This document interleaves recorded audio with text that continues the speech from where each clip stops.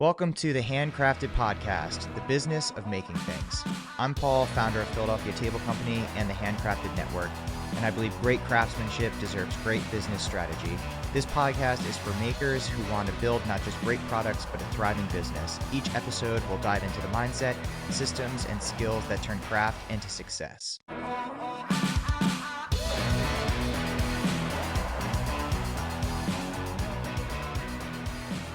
All right, guys, welcome back to the Handcrafted Podcast. Hope everybody's been doing great. I know my week has been particularly nutty. Just had a lot going on, and I'll talk about this in a later podcast, but I had a really great...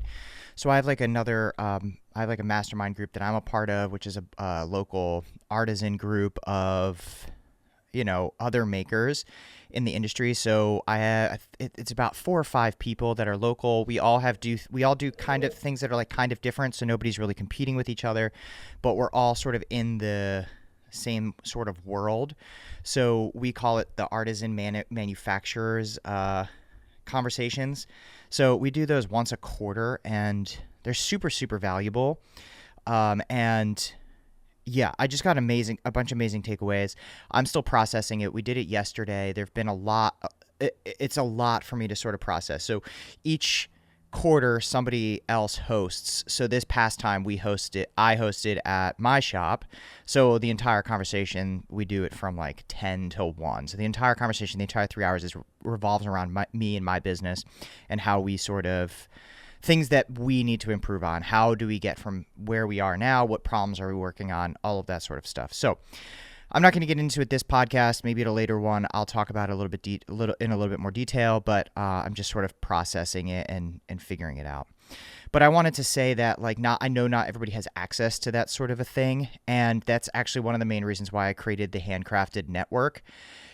A lot of us live in we might be the only person near us who's doing it. We might not have any friends who are doing it. So I created the Handcrafted Network as a way to connect with people across the country to sort of do the same thing, bounce ideas off each other, ask people, do website audits, learn about the different ways to grow your business, all of that sort of stuff. So it's super helpful to be able to have people to bounce ideas off of, to have people that are very matter of fact. Anybody who listens to this who's in the group knows that I am very truthful. I'm going to tell it as it is. I'm not going to try to sugarcoat things, because otherwise what's the point of doing it, right? So long story short, I've been a part of this group, and it's really what inspired me to say, hey, this needs to be something that's a little bit more accessible for people who... And, there's different versions of it, right? I think I was talking to somebody the other day where I was like, everybody... Like the way you run a business is sort of like making a chili.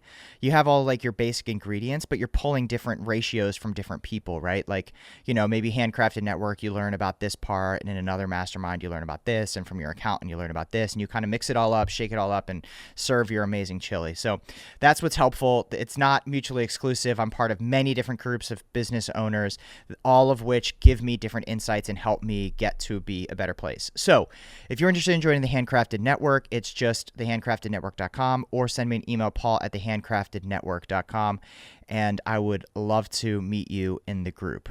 All right, so with that said, the podcast episode today, I got this email. As many of you guys know, I'm a huge fan of Seth Godin, so I'm not claiming to have any of these as my own thoughts. I think Seth is an amazing, amazing writer. So I'm actually going to share his podcast. I mean, not his podcast. I'm going to share his blog post that he shared. If you're interested in finding this, I posted it in the community, but I could also email it to you. But it's just good. I go on Seth's. It's just Seth's.blog, SETHS.blog. And that's what I'm going to go through today. It really hit me hard. I shared it with my team. I shared it with the Handcrafted Network, all of that sort of stuff. So this blog post is called On Pricing. What I'm going to do is it's a bunch of bullet points. I'm going to read down the bullet points, and then I'm going to come back and sort of analyze it and see the things that sort of hit me the hardest. Okay, so number 1, pricing is an exchange of value. This for that, but price is also a story. 2, when you have competition, your story doesn't have to justify the absolute price, simply the difference between you and the next best option. 3, price is based on value, not on the cost of production. 4, thanks to Boomall's cost disease, productivity doesn't always correlate with the price of labor. This one hit me hard. Luxury goods are worth more because they cost more. If you sell a luxury item, raise your price and then improve the story to make it feel like a bargain. It's better to explain your fair price once than to apologize for low quality over and over. Asking what's your budget is lazy and selfish. Your job is to figure out what your client wants, what they're afraid of, and what sort of story they are eager to buy. When everything else is equal, we always want the cheapest option, but everything else is rarely equal. When somebody says that's too expensive, what they mean is that the story you've told them so far and the reputation you've earned doesn't match the price you're charging. You probably don't need a lower price, but you might need to earn a better story. That one's super critical. I want to read that again. When someone says that's too expensive, what they mean is that the story you've told them so far and the reputation you've earned doesn't match the price you're charging. You probably don't need a lower price, but you might need to earn a better story. We'll come back to that one. It might not, in quotes, it might not be for you is almost always part of we make the best for somebody. That's another one. I actually used that line earlier this week. It might not be for you is almost always part of we make the best for someone. Bargains, sales, and coupons are a sport and a narrative. They're not just a discount. They create their own sort of value and expectation. We talk a lot about this, pricing and sales and all that sort of stuff. Convenience is often underappreciated as a component of value. This is a heavy one. That one hit me too. The customers you get because you are the cheapest are the first ones to leave when someone else is even cheaper. Fantastic. The problem with racing to the bottom is that you might win. I think that one's great. And I love this one. The most resilient slogan you can earn is you'll pay a bit more, but you'll get more than what you paid for. All right, so let's break down a few of these. So for me, pricing is exchange of value, this for that. Price is also a story. So what are people paying? People are paying for something, some sort of a service or a object or whatever, and price is an exchange of value. I believe that you did X amount of work, or I believe that this is X amount of valuable. But price is also a story. Talking about the story of what it is that you're selling can help raise the price and also create higher value in what it is that you're making. The next one, when you have competition, your story doesn't have to justify the absolute price, simply the difference between you and the next best option. So we all think that we live in this competitive world, and really what we should be doing is not competing on price, but more competing on story or figuring out the difference. One of the things we have a marker board in Philadelphia Table Company, and one of the things I always put on it, and the thing I always go back to my team, and I said this, I think in the last podcast episode, is why us? Why Philadelphia Table Company? So that's a very, very valuable question to ask yourself and to ask your business. Like, why you? Why are people coming to you versus anybody else? And that's not an immediate answer. That's not like a knee-jerk thing. That's something that you spend lots of time on. You do, peyote in the desert and think about it, or you go on a long hike or something. This is something that takes time to develop. Price is based on value, not on the cost of production. This is one that hit me pretty hard because for a long time, and many of you guys who are in the group know this, and people who have engaged with me online know this, is I have a cost analysis and like a way to keep a cost calculator, basically, or a price calculator. And that price calculator actually is not super it's relevant from the perspective of what's like the minimum I could charge. And for the longest time, and going back to what I talked about last week, for the longest time, I was just like charging like what that spit out, because it was like, okay, this is the minimum value. This is the minimum price that I can charge. But what I should be thinking of is like, what's the maximum price I can charge for this? What's the maximum price I can ask for this? And for a long time, I was really just kind of having to justify what the price was. So if it was an expensive table, it had to have, extension slides and what bells and whistles and bounces and all that stuff. Sometimes a piece is just a piece and it's worth something because of the story that it tells. Maybe it's, one of a kind, or the specific material or something, or it took a long time to make, or maybe it didn't take a long time to make. So I think trying to justify the costs sometimes can really bite us in the butt. And my cost analysis thing is really just pricing it based upon like the labor and like the cost of production, when there's actually an inherent value that's like beyond that. So that's where we talk about perceived value and all of these other things that go around it. We have a lot of podcasts on perceived value. All right, next one. Luxury goods are worth more because they cost more. If you sell a luxury item, raise your price and then improve the story to make it a bargain. This is great because I consider myself selling a luxury good, and what we've been doing is trying to figure out what exactly is the luxury that we're selling. Are we selling a service, or are we selling a product? And how do we go above and beyond what we're actually doing? So I want that price to feel amazing. Like, oh, wow, you're doing this for only $15,000. I can't believe I'm getting all of this stuff with it.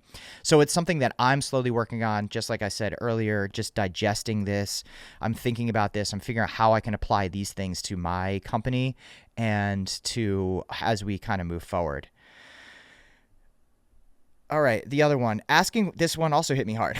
Asking what's your budget is lazy and selfish. Your job is to figure out what your client wants, what they're afraid of, and what sort of story they're eager to buy. So, yes, of course, and I tell everybody you need to put a budget thing on your order form. And I've been really kind of fighting back, and to the point where it's like, but how do you find out a budget without sort of asking for a budget? And I think it's important from, an engaging standpoint, right? You have to know, you don't want to be spending a ton of time vetting somebody who's, only has $500 for the budget.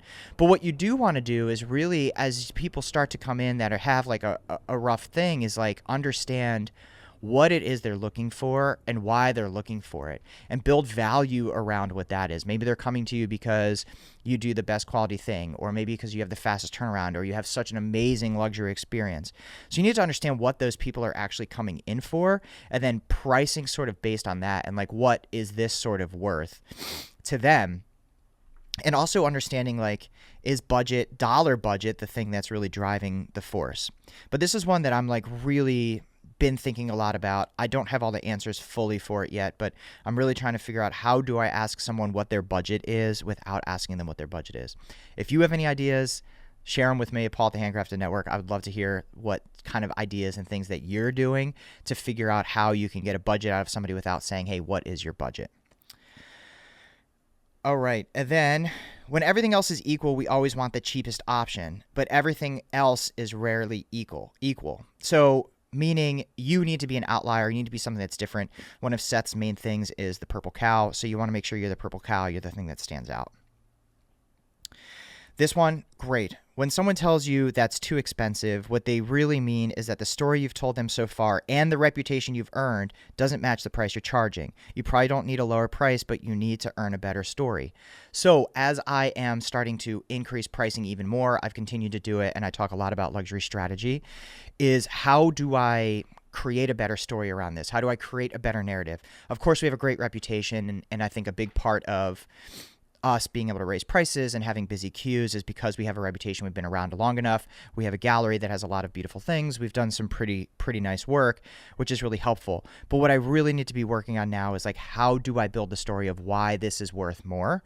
And it's something we're slowly working on within the team, and it's something that I'm slowly trying to get a grip on and get a handle on, to basically say, like, how do we build a better story? It's something that's ongoing. Again, I don't have the full fit out for this yet, but it's just food for thought. So I think for you guys also the same thing. How do you create a better story? I used this line, the next one, I used this line in an email actually recently for somebody. I said, if it might not be for you, but that means we make the best for somebody. So maybe you don't resonate with our story. Maybe you don't resonate with what it is that we're doing. Maybe you don't value what it is what we're doing, but a lot of other people do. And that's okay. And that's kind of what I said to this person. I was just like, hey, like, he was like, hey, Restoration Hardware is charging this. I was like, look, I totally understand if, budget's the main driving force here. I totally get it. Like, no hard feelings while we do something different. So if you want to know, or if you're into sort of what we're doing, and if that's something that you value, then we could just kind of keep talking about it, blah, blah, blah. Obviously, I said it in a little bit of a nicer way. But, he came back, was like, hey, well, budget's not the only thing that guides my blah, blah, blah, but we have to pretend that budget's part of it. I was like, sure, dude, great, cool. You just, first of all, it's my fault. I didn't sell the story well enough. I didn't, tell you why I didn't give you a big enough pitch as to why we are worth it, why we are worth the purchase and worth your dollars. All right, here we go. I always trash people who do sales. Bargain sales and coupons are a sport and a narrative. They're not just a discount. They create their own sort of value and expectation. So once you mark something down, once you mark something on sale, it means that's what the actual value is, right? So instead of marking something on sale, maybe you should mark it up or continue to increase your prices. As soon as somebody sees something on sale, we all know the dollar bin, the sale bin, it's where all the crap of the store is. So you really want to try to avoid that. Another one, convenience is often underappreciated as a component of value. So a lot of people come to you for convenience, for ease, for the ability to do something, not necessarily just for the product. So remember, it's a service as well that you're doing. So try to figure out a way that you can ease convenience into this whole equation as well. The customers you get because you are the cheapest are the first ones to leave when someone else is cheaper. I know that. I did a whole podcast on it. It's called the Commodity Podcast. Go back and take a listen to that episode because that is the truth. I never want to be caught in the race to the bottom, which is what the next one is, people are always searching for the cheaper option. If you're known as like the cheap guy, go to Philadelphia Table Company, they do it cheap.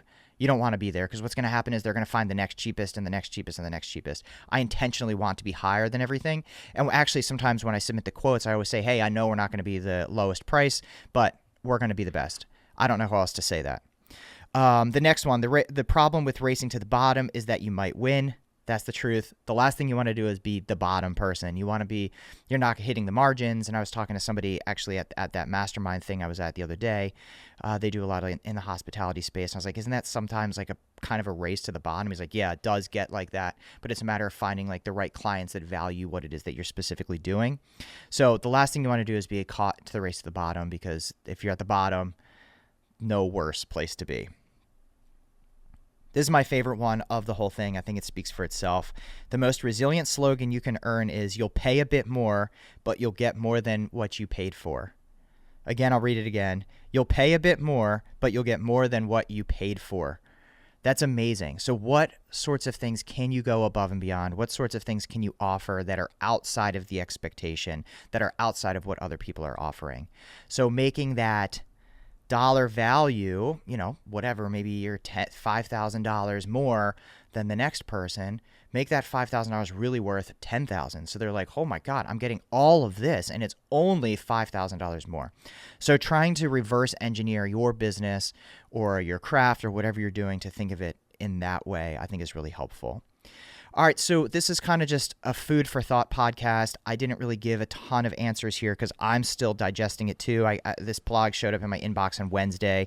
I think I'm actually going to write to Seth because I think it's a pretty spot on thing with what I've been talking about, what last podcast episode was about, all of that sort of stuff. So if you're interested, send me, if you're interested in asking questions or connecting with me about it, paul@thehandcraftednetwork.com. Please like, subscribe, share this podcast. Again, I'm ever thankful for you guys joining and listening and sharing and all that sort of stuff. This podcast continues to grow and grow and grow, which is absolutely amazing. This is just kind of started as like a personal blog or just a way of chatting and connecting with you guys. So if you're interested in checking out this blog, I'll put a link in the bio or the whatever about this podcast below. So you'll see that there. It's just going to be Seth's.blog. It's a great blog to follow. And if you're interested in joining the community, that link is also below. Have a great week, guys, and talk to you soon. Peace.